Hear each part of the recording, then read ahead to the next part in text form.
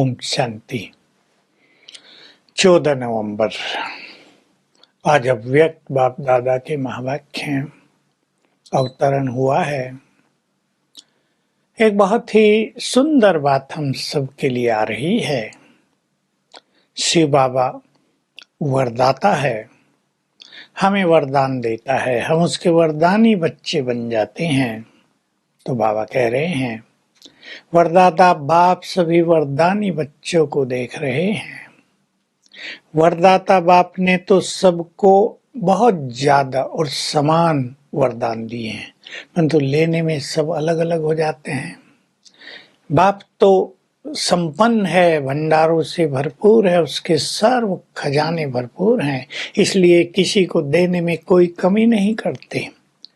परंतु लेने वाले अलग अलग तरह से हो जाते हैं, कोई ज्यादा लेता है, कोई कम। क्यों? वरदाता बाप को राजी करना, इसमें सभी नंबरवार हैं।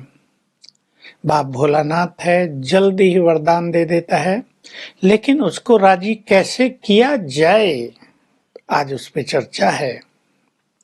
तो बाबा कह रहे, उनकी जिन पे वरदाता बाप राजी रहता है, उनकी पहली निशानी है वे एक व्रता होंगे। जैसे पतिव्रता होती है ना, भाई एक पति की तरफ ही बुद्धि जाएगी और देहधारियों में मन नहीं भटकेगा, एक परमात्मा की तरफ ही बुद्धि जाए।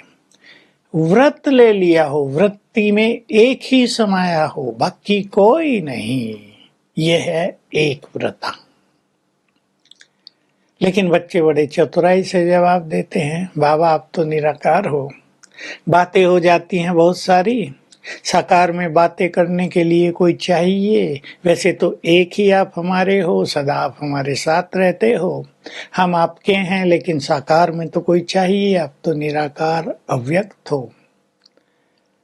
तो मन को हल्का करने के लिए परिस्थिति आ गई, मन भारी हो गया, बोझ हो गया जिम्मेदारियों का, तो कोई साकार में साथी तो चाहिए ना, जिसको सुना सके, हल्के हो सके, जिसे राय ले सके। बाबा ने यहाँ बहुत ही सुंदर और गुह्य बात कही है कि जो एक व्रता बच्चे हैं, उनके ऊपर जिम्मेदारियों का बोझ कभी होता ही नहीं। बाप जब सर्व संबंधों से जिम्मेदारियों का बोझ उठाने के लिए एवर रेडी है, सोच लें, तो आप बोझ उठाते क्यों हो? फिर साकार में मनुष्यों की ओर देखते हो, उनसे तो बोझ हल्का होता नहीं है। जब एक भगवान सारा बोझ लेने को तैयार है, तो हम बोझ उठाते क्यों हैं, इधर उधर जाते क्यों हैं, दूसरों से चर्चा करते क्यों हैं? बाबा ने बहुत अच्छी बात कही, बाप निराकार है, लेकिन अगर आप एक व्रता बनकर रहो तो ऐसे ही लगेगा साकार में साथ है, सब कुछ सुन रहा है, रेस्पॉन्ड कर रहा है, सारे बोझ हर रहा है। तो बाबा ने एक पहली बात वरदाता को राजी करने की ये सुनाई, दूसरी एक मत,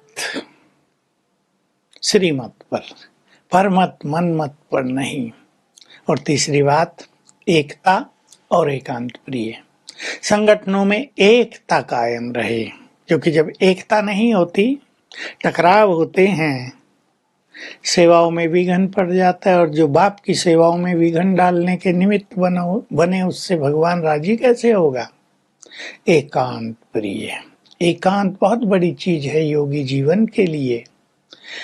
एकांत का सुख मिलना, एकांत में स्वचिंतन करना, एकांत में योग अभ्यास करना, ये वरदान है, ये आगे बढ़ने का तरीका है। तो ये तीनों चीजें जिसके पास हैं, चार हो गई, एकता, एकांत, एक मत और एक व्रता, तो उस पर भोलानाथ राजी रहता है। तो देख लें हम कितना हमने उसको राजी किया है। तो उससे तो वरदानों की बरसात होती रहती है, और बाबा अपने संपूर्ण वरदान ऐसी आत्माओं को दे देता है। फिर जगदीश भाई और डॉक्टर निर्मला दीदी विदेशों का चक्कर लगा कर आए थे, बाबा उनसे मिल रहे हैं, कह रहे हैं भारत के एम्बेसडर बनकर गए ज्ञान देने, बहुत अच्छी सेवा की, चारों चक्कर लगाया। जानकी दादी बैठी है, कहा अब तो प्यार बांटती हो और बाबा से कैसे शक्ति लें ये सबको सिखाती हो। जितना प्यार बांटती हो चारों तरफ से आपको भी सबका प्यार मिलता रहता है। तो बाबा ऐसी रूरियान सभी से कर रहे हैं। महाराष्ट्र, मुंबई आदि का ग्रुप आया हुआ है, बाबा उनसे भी बातें कर रहे हैं। महाराष्ट्र वाले महान बन गए, क्या थे और क्या बन गए। जितने नीचे उतरे थे उतने ही ऊंचे बाप ने उठा दिया है। माताएं बैठी हैं, पांडव भी बैठे हैं, भाई बहनें दोनों हैं। पांडवों की जीत का गायन है और माताओं का आह्वान किया जाता है, उन्हें शिव शक्ति कहा जाता है। तो आप सभी दोनों विजयी भी बन गए और माया जीत शिव शक्ति भी बन गए।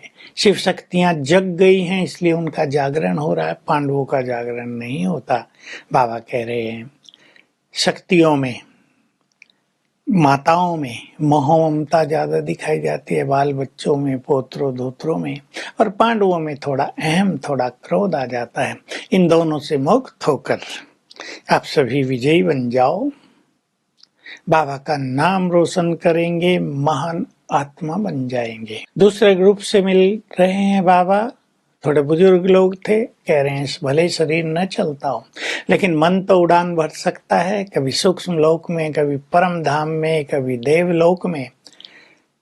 चारों तरफ उड़ान भरते रहो मन से। सवेरे उठते हो, अब एक बहुत सुंदर बात है हम सबके लिए, सवेरे उठते हो तो अपने भाग्य की भिन्न भिन्न बातें याद किया करो। कभी कोई भाग्य, कभी कोई भाग्य। अपने टाइटल याद किया करो, अपनी प्राप्तियों को याद किया करो, इनकी लिस्ट बना लो, रोज सवेरे पढ़ लो। तो ये योग बहुत अच्छा एक मनोरंजक योग बन जाएगा। पुरुषार्थ में कभी बोरियत नहीं होगी और निरंतर आगे बढ़ते रहेंगे, सदा उमंग उत्साह रहेगा।